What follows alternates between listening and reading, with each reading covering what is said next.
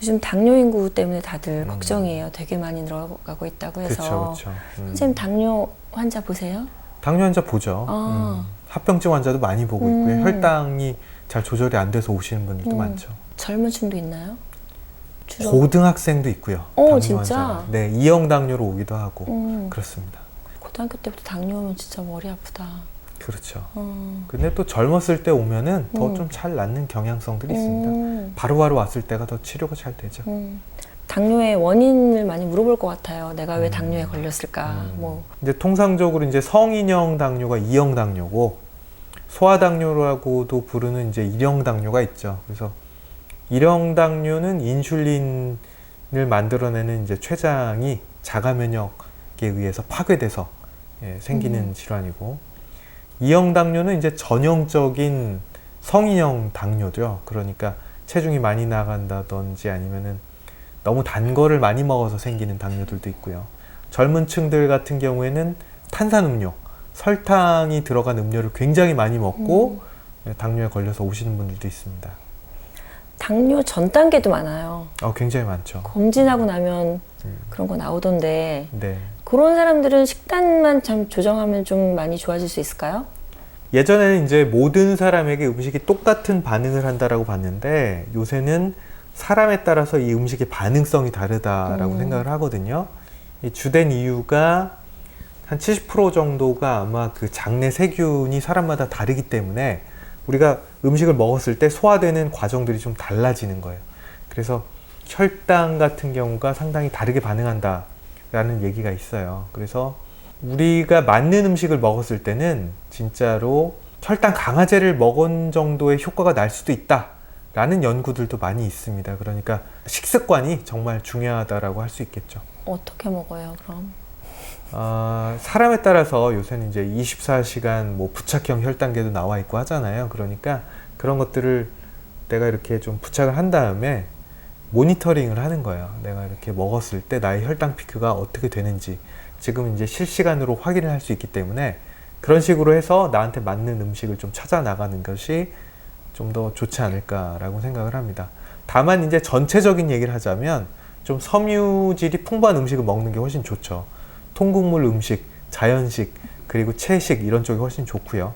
또한 최근 가이드라인에서 강조가 되는 것은 이제 저탄수화물 식단이 혈당 관리에 훨씬 유리하다라고 얘기를 하고 있거든요. 그렇지만 이 저탄수화물 식단이 만병통치는 아니고요. 저탄수화물 식단도 한 1년에서 2년 정도 하면은 효과가 좀 많이 떨어지는 걸로 나와 있습니다.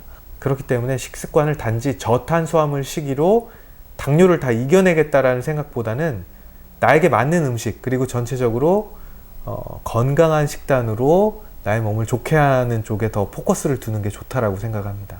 그래도 절대 이런 건 조금 피해라 이런 게 있을 것 같아요. 아무래도 뭐 설탕엔 장사가 없죠. 이게 혈당이 올라가는데 내가 혈당을 잡기 위해서 설탕을 더 먹는다 이거는 말이 안 되잖아요. 그러니까 혈당에는 장사가 없습니다. 그리고 초가공식품들 있잖아요. 울트라 프로세스드 푸드라고 이제 영어로 하는데 그런 것들은 소화가 너무 잘 돼요. 섬유질이 부족하기 때문에. 어떤 거죠, 그런 게? 그러니까 뭐 베이컨도 있을 수 있고 과자칩, 쉽게 얘기해서 밀가루 음식 같은 거 있잖아요. 이렇게 빻아놓은 것들. 그러니까 우리가 씹어서 삼키는 것이 아니라 이미 씹으면 바로 몸속에서 녹아서 빠르게 혈당을 올릴 수 있는 음식들이 이제 밀가루로 된 음식들이 많죠. 그런 것들은 전반적으로 좀 좋지가 않다라고 보고 있습니다. 그러면 이제 당뇨 환자들은 설탕이 안 좋다고 하니까 그 대체 감미료를 많이 쓰거든요. 그런 것들은 또 그래도 조금 도움이 될까요? 아직까지 대체 감미료, 인공 감미료에 대해서 의견이 굉장히 분분하거든요. 이게 당뇨에 도움이 된다, 안 된다라고 확실하게 지금 나온 논문들은 없어요. 그런데 이제 비만 관련해서 비만을 낮춰줄 수 있느냐라는 연구들이 있었는데 지금까지 연구들에서는 다 실패로 나왔습니다. 왜냐하면 인공 감미료를 먹어도 우리 몸에서 칼로리가 채워지지 않기 때문에 다른 거를 더 찾을 수 있다는 거예요. 그래서 여러 가설들이 있거든요. 그래서 그 중에 하나는 단 거를 먹었는데 혈당이 안 올라가니까 더 그 단 것에 대한 갈망이 커질 수도 있다라는 가설도 있어요. 아직 정확히 검증되지는 않았지만 그렇기 때문에 인공 감미료가 우리 몸의 체중을 절대 줄여주지 못한다 정도. 그런다고 해서 인공감미료가 안 줄여주니까 나는 그냥 인공감미료 없이 설탕 많이 들어간 음료를 먹겠다. 이것도 아니에요. 설탕 많이 들어간 탄산음료 자체가 문제가 있고요. 그게 문제가 있다고 해서 인공감미료로 우리가 체인지를 했을 때 거기에서 얻을 수 있는 이득이 굉장히 크진 않다. 이 정도까지는 정리할 수 있겠습니다. 당뇨 있는 분들은 좀 하루 3끼 좀 규칙적으로 먹는 게 좀 중요할까요? 이 당뇨 식단에 대해서 굉장히 의견이 분분한데요. 뭐 아침을 먹는 게 좋다, 안 먹는 게 좋다, 뭐 말들이 많은데 기본적으로 좀 사람의 그 환경에 따라서 다른 것 같고요. 최근 여러 연구들에 의하면 아침에 좀 단백질 시기가 높은 식단을 하는 경우에 체중 유지에 좀 도움이 된다. 이런 연구들이 있습니다. 그래서 아침을 드시되 이제 저탄수화물 그리고 되도록이면 영양가가 높은 이 계란이라든지 아니면 닭고기라든지 아니면 대두 아니면 렌틸콩 이런 것들로 아침을 좀 혈당을 덜 올리는 식품들을 드신다면 전체적으로 우리 몸의 건강도 찾을 수가 있고 혈당 관리에도 도움을 줄 수 있는 가능성이 있겠죠. 이건 명확하게 검증된 건 아니기 때문에 그렇지만 저는 그것이 훨씬 더 좀 좋은 방향의 식단이라고는 생각을 합니다. 우리가 탄수화물을 좋아하는 이유가 단 거를 먹으면은 뇌에서 보상 회로가 충족이 되면서 도파민들이 막 나온다라는 연구들이 있거든요. 그러니까 약간 거기에 중독됐다라고 주장하는 사람들도 있어요. 그러니까 언제 먹어도 안 좋은데 굳이 아침에 또 그걸 먹을 필요는 없다. 예를 들어서 예전에는 췌장암이 젊은 층 비율이 0.7%였는데 지금 6%로 올라왔거든요. 10배가 늘었어요. 10배가. 왜 그럴까? 그러니까 지금 여러 가지 연구 가설들이 있는데 검증은 안 됐지만 어렸을 때 풍족하게 먹은 사람들이 암 발병률이 높지 않을까라는 지금 가설이 있습니다. 어릴 때는 좀 더럽게 크고 아무거나 주워 먹고 흙 먹는 애들도 있잖아요. 어릴 때. 저희 어릴 때는 있었거든요. 요새는 아마 그 놀이터도 다 네네. 흙이 없죠. 흙이 없죠. 그냥 그걸로 깔려 있죠. 그럴 땐 놀이터에서 못 놀아 애들이. 어릴 때 기생충도 좀 걸려보고 해야 면역계가 정상적으로 작동을 하는데 너무 이게 셉틱하다고 하거든요. 무균 상태로 사람을 키우다 보니까 몸에 좀 면역계가 많이 혼란이 되는 것 같습니다. 그래서 어린 당뇨도 더 생길 수도 있나요? 약간 관련도 있나 그거는? 관련될 수 있죠. 있죠. 네. 아 근데 이제 소아당뇨 같은 경우는 주로 이제 그 자가면역 질환이고 그건 아직 명확히 밝혀지지 않았지만은 소아 비만이라든지 아니면은 이런 경우에는 어릴 때부터 이형 당뇨가 발생하는 경우도 봤습니다. 초등학교 6학년, 중학교 때부터 벌써 애들이 막 비만하면서 췌장 기능이 막 안 좋아지고 인슐린 저항성 생기고 이런 케이스들도 충분히 있습니다. 최근에는. 여기 당뇨 환자 오면 꼭 당부하시는 게 있을 것 같아요.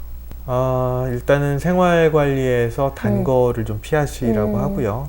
먹는 게 진짜 중요해요. 두 번째로 운동도 정말 중요합니다. 운동을 하면은 이제 인슐린 저항성이 감소하기 때문에 혈당 조절에 훨씬 양호한 작용이 있을 수가 있죠. 어느 정도로 하라 그러세요? 하루에 30분 정도, 20분에서 30분 정도가 적정하고요. 이제 통상적으로는 중강도 이상의 운동을 하라고 해요. 20분 정도. 빠른 걷기. 뛰기. 그 러닝머신에서 네네. 뛴다든지 아니면 수영이라든지 이런 것도 격렬한 운동이고 수영도 하루에 뭐 한 15분에서 20분 정도 해주면 정말 좋죠. 약간 격한 운동을 20-30분 하라는 말씀이시네요. 네, 그 정도가 지금 최근 권고사항입니다. 전반적으로. 네. 저강도 운동, 그러니까 걷기가 저강도 운동이거든요. 네. 저강도 운동을 해도 분명히 몸이 좋아져요. 하지만은 걷기만 해가지고는 이 중강도나 고강도 운동량을 채울 수는 없습니다. 왜냐하면 우리가 막 뛰었을 때 심장이 펌핑질을 하면서 혈관을 넓히거든요. 그러면서 혈관의 탄력성이 개선되면서 혈관 질환이라든지 심혈관 질환이 훨씬 더 예방될 수 있는 효과들이 있는데 걷기만 가지고는 조금 힘들다. 계단 오르기 정도가 이제 중강도, 고강도 운동이거든요. 그런 것들도 좀 같이 하는 것이 좋다라고 지금 알려져 있죠. 안 힘든 걸 계속 오래 하는 게 큰 의미는 없을 수도 있다는 얘기네요. 그건 의미가 있어요. 그건 있어요? 최근 연구에 의하면은 하루에 2,000보 걸을 때마다 이 심혈관계 위험성이 많이 떨어진다라고 보고 있습니다. 그러니까 2,000보씩 우리가 걸을 때마다 추가적인 이득이 있다. 2,000보, 4,000보, 6,000보, 그 다음에 8,000보, 10,000보 이렇게 점점 더 심혈관계에 좋은 영향이 있다라고 얘기는 되고 있습니다. 선생님 어디서 무슨 운동하세요? 저는 이제 집까지 좀 걸어서 다니려고 좀 하고 있고요. 여기서 한 2.5km 정도, 6km 정도 되는데요. 꽤 되는데. 네, 2.6km, 한 40분 정도.